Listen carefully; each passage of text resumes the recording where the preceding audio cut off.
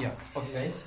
Hope everyone is safe at home. In previous class, we have discussed about the, surface formula, right? We have derived the equation for it. Now, the next content is about lenses, right? So before entering into the lenses, we must aware about what is lens and the different types of lenses and how they useful. And in our daily life, we use it to observe many ways, right? In binoculars and in microscope. At the same time, many of us we have spectacles, right? In the spectacles also we use lens, right? Now let us see what is lens. The definition of the lens: a transparent material bounded by two surfaces. For example, let us take our convex lens. Beware, right? For eyesight, if you see the convex lens, it's a transparent material. It's a transparent material which is bounded by two curved surfaces, right? It bounded by two curved surfaces, right? Let me repeat the definition: a transparent material bounded by two curved surfaces. Two surfaces, either it might be curved or plane, whatever it may be, right? So by surface is known as nothing but lens, right? Now let us see different types of lenses. If you observe carefully, the first one which I have drawn here is biconvex lens. It is called biconvex lens.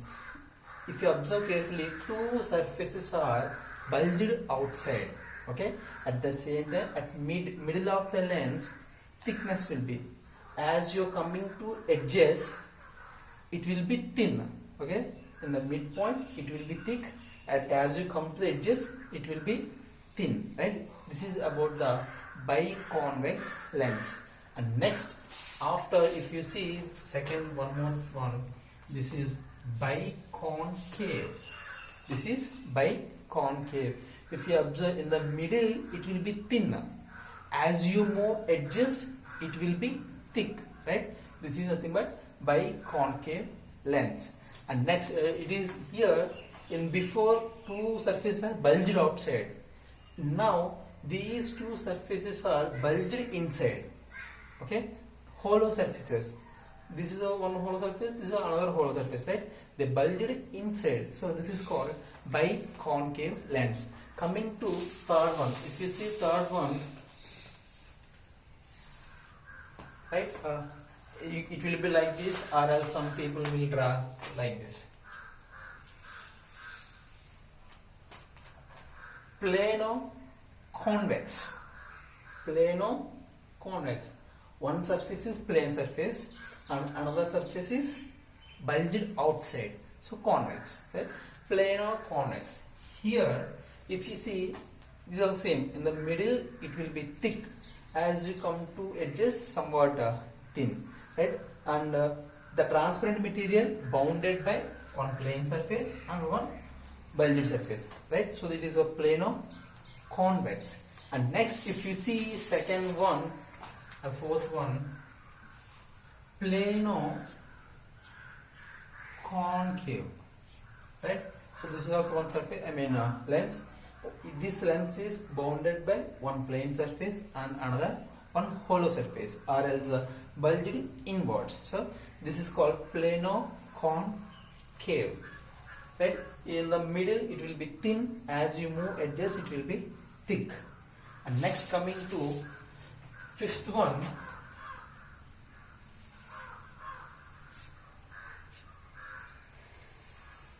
right? You might have seen concavo, convexo concave, or else concavo convex. One surface must be convex, and one surface must be bulged outside, and another surface must be bulged inside. Concavo convex, right? So these are the different types of lenses. These are the different types of lenses. What is lens? Nothing but a transparent material bounded by two surfaces. Those might be bulged outside or bulged inside, whatever it may be. It is called lens. Now let us see how they prepare the lens and few important terminologies in the lens. Now let me take, to make you understand very well, here if I extend it, it will become a go, and if I extend this, right, so I have drawn a lens, nothing but if you extend first surface, this is the first surface, then it becomes like this. It's a circle, it gives a circle, right? And this is the second surface, and it also will become like a circle. So now nothing but the transparent material is bounded by two curved surfaces, right? So for the first curved surface, right, for the first curved surface there will be one center for this circle. Okay, take it as a C1. Clear? And next for the second curved surface, there also will be one center, take it as C2. Okay, so this is not C1, this is C2, right? This is C1 because this is the center of first curved surface, and this is the center of second curved surface. If I draw, actually in this chapter we talk about the very thin lenses, so that you will neglect the thickness of this lens. Clear? It's very minute value will be, right? So that in the midpoint, actually if in the normal in the lenses, I mean the mirror, when you measure the radius of curvature, you will measure from here to here. See, from the pole point to center of curvature you will measure. This is nothing but R1. In the same manner, for the second surface, from pole point, this is the pole point, from here to here. Sorry, it must be a straight line, right? From here to here. This is R2, right? So here in this chapter we are discussing about the lenses which have very less thickness, so that instead of taking pole points, we'll take the midpoint as a pole. This point is nothing but known as optic center. This is nothing but optic center. Normally, whenever you discuss about the curved surface, from pole point to center of curvature, we measure the radius.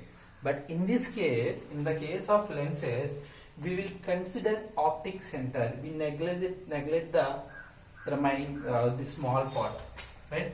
Here, if you want to measure the radius of the curvature, you have to measure from the optic center, right? In previous, everything we must start from pole. In 9th class, you might have learned about the reflection at curved surfaces. In that, when you start measuring anything for the lens, so for the mirror, you will start from the pole point. For example, this is the concave mirror. So this is radius, this is center of curvature, and this is pole point. But coming to lenses, we don't take it from the poles because we neglect it. And we will consider one optic center, which is exactly midpoint of the lens. I hope clear, right? So now here, if you observe the line joining which is passing through the center of curvature of both, it must be straight line, right? Which is passing through the center of curvature and optic center is nothing but principal axis. And next, the distance from center of point to optic center is radius. Here it is R1, here it is R2. Why it is R1? This is the radius of first curvature. Clear? That's what R1.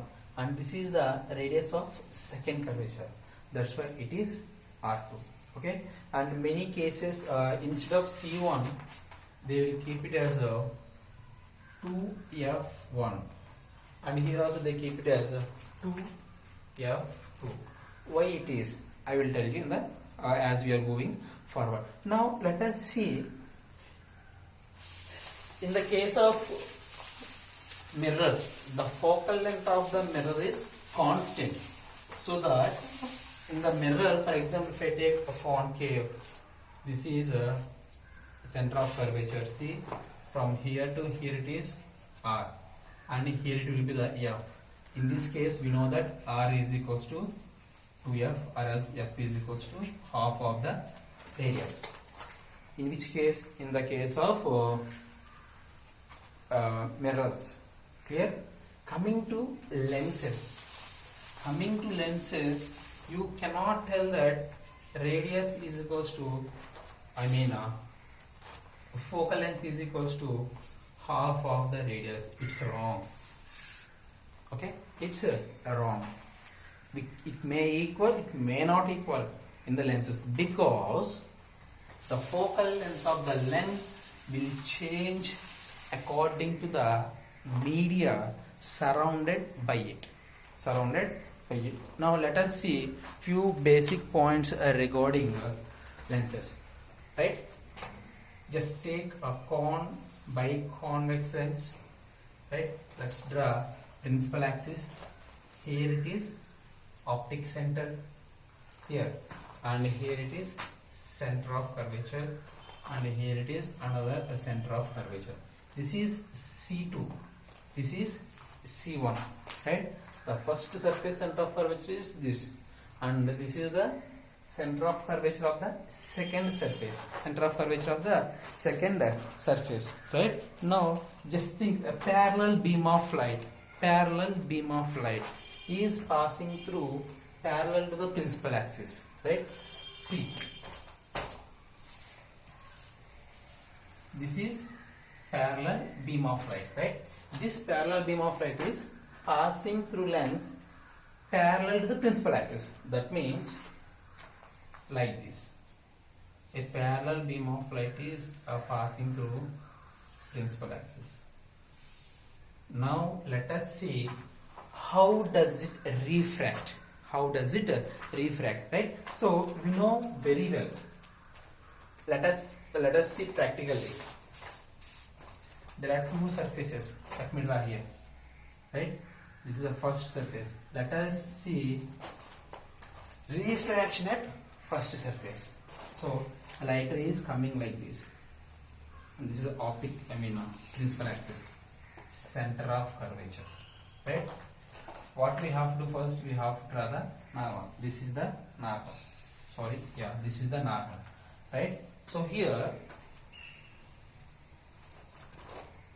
this is the normal.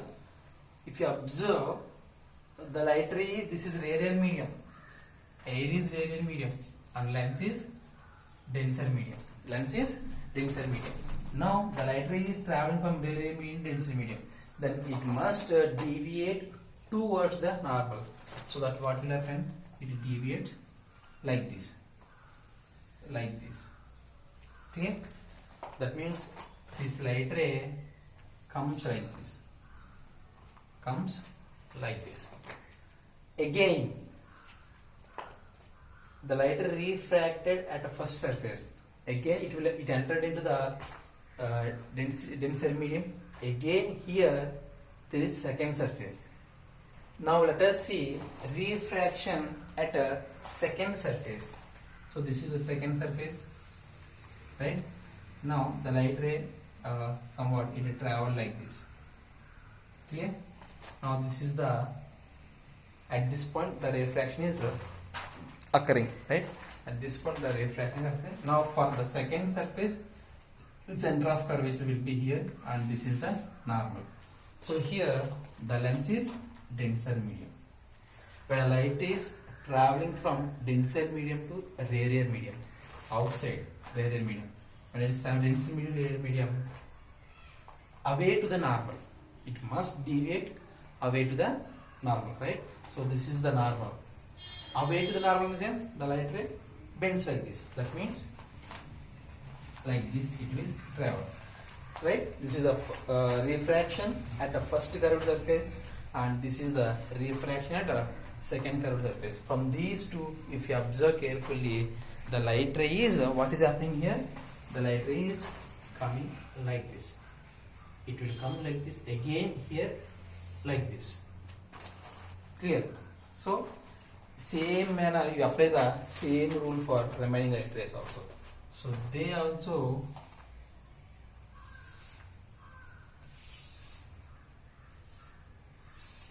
like this it will happen, right?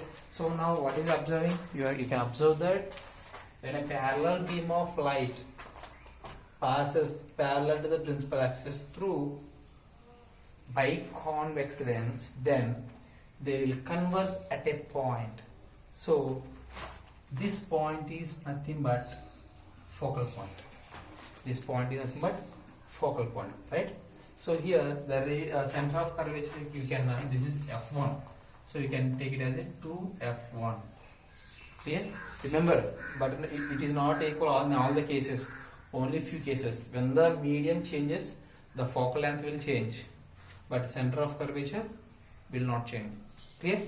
Right? Now next, in the same, that is why we can call biconvex lens is also known as a converging lens. When a parallel beam of light is passing through it, then what is happening? It is let me take the chalk piece. What is happening here? Just it is converging the beam of light. After refraction, the light rays are converging at a point, which is known as nothing but focal point. So now the distance from the optic center to focal point is nothing but a focal length, right? This is nothing but a focal length. Now this is the case which we have discussed for biconvex lens. Now let's consider for biconcave lens. If you take biconcave lens, center of curvature, optic center, here it is C1 because the first surface center of curvature will be here and the second surface center of curvature will be here. This is C2. Now a parallel beam of light is passing through this lens. Now how does it behave? Right? Parallel beam of light is passing through center of curvature, passing through biconcave lens. Now let us see at the first surface, a radial medium, and it is denser, radial medium, denser medium, right? Radial medium and denser medium. When a light ray is passing from radial medium to denser medium, this is principal axis and this is the center of curvature. Okay. So this is the center of curvature. Take here. If I draw normal, this is the normal. Now the light ray is traveling from radial medium to denser medium. When a light ray is traveling from radial medium to denser medium, then it must deviate towards the normal, so that like this, right? That means the light ray, after refracting at first surface, the light ray is traveling away to the principal axis. That means the light ray travels like this. Clear? Now let us see again. The light ray travel from radial medium to denser medium. Again in the denser medium it travel for some distance. Again it reaches to the second end. Now let us see how it refract at the second end. This is second end. The light ray incident like this. Right? Now principal axis of second end. This is center of curvature and this is normal. Now this is denser medium. Again it is radial medium. Denser medium and it is radial medium. Now the light ray is traveling from denser medium to radial medium. When light ray is traveling from denser medium to radial medium, what will happen? It deviates away to the normal. Away to the normal. So this is normal. E normal ki away. That means like this. Right? So that means the light ray goes like this. Clear? The similarly for the second light ray. For these also, right? So here if you observe carefully, the light ray, the parallel beam of light after refraction through double concave surface, double concave lens, what will happen? They are diverging. That's why biconcave lens is also known as diverging lens, right? Now if you extend these diverged light rays, refracted light rays to back,